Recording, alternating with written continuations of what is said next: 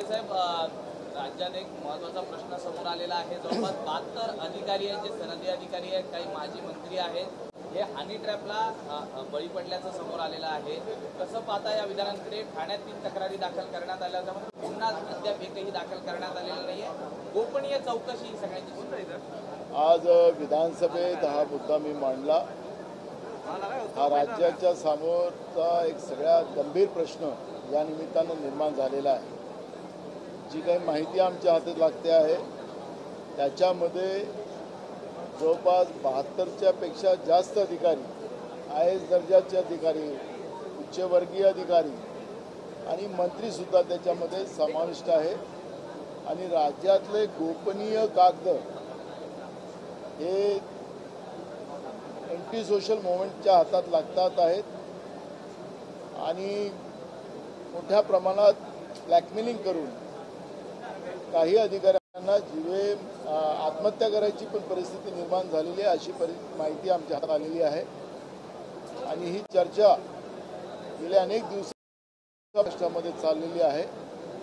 काही माध्यमांनी ती बातमी पुढे आणलेली आहे, पण सरकार याच्यावर काही बोलत नाही। आणि म्हणून आज विधानसभेमध्ये पॉइंट ऑफ इन्फॉर्मेशनच्या माध्यमातून मी सरकारने ही तातडीनं माहिती द्यावी आणि राज्यामध्ये हा जो संभ्रम निर्माण झालेला आहे त्याच्यातली वस्तुस्थिती शासनाने आज संध्याकाळपर्यंत द्यावी अशी मागणी आम्ही केलेली आहे। माननीय अध्यक्षांनी सांगितलं की सरकारने तातडीने निवेदन करावं, पण आज समजा सरकार याच्यावर बोललं नाही तरी उद्या सकाळी पुन्हा या प्रश्नाला आम्ही पुन्हा रेटून लावू। आणि हा जो हनी ट्रॅपचा जो मुद्दा आहे, कारण की देशपातळीवर सुद्धा आपल्या संरक्षण खात्यामध्ये या पद्धतीचे हनी ट्रॅप झालेत आणि त्याच्यामध्ये देशातली आपल्या संरक्षण विभागातली महत्त्वाची माहिती आपल्या दुश्मन देशांकडे गेलेली आहे। तसंच आता महाराष्ट्रातल्या या ज्या गोपनीय माहिती आहेत त्या कुणाकुणाजवळ पोहोचल्या आहेत, काय झालं, आणि या सगळ्या गोष्टीची माहिती ही विधानसभेच्या सदनामध्ये सरकारने मांडावी, ही भूमिका आमची आहे।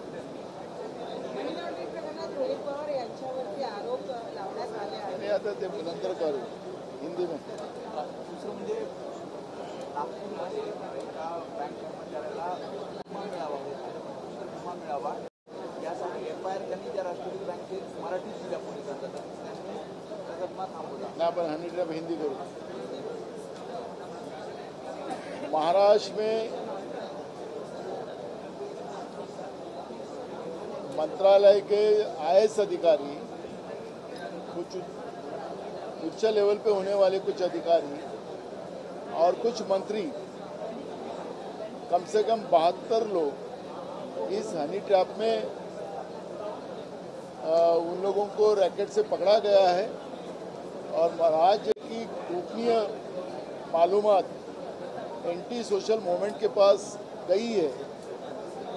इस तरह की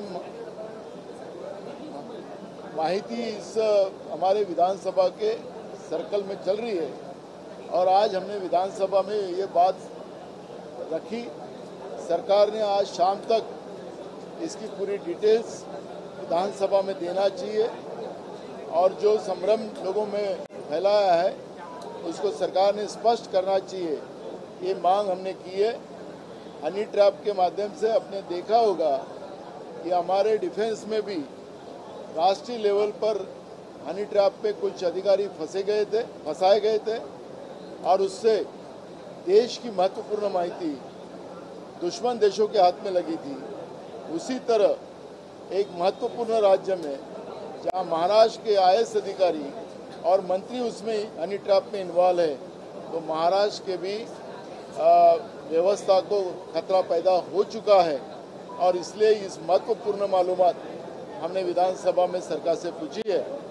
आज शाम तक अगर सवाल का जवाब नहीं मिला तो कल सुबह और विधानसभा शुरू होने के बाद इस बात को हम जोर लगाएंगे और आज के अभी सरकार ने इस सब चीज़ की मालूमात देना चाहिए, ये मांग हम लोग कर रहे हैं।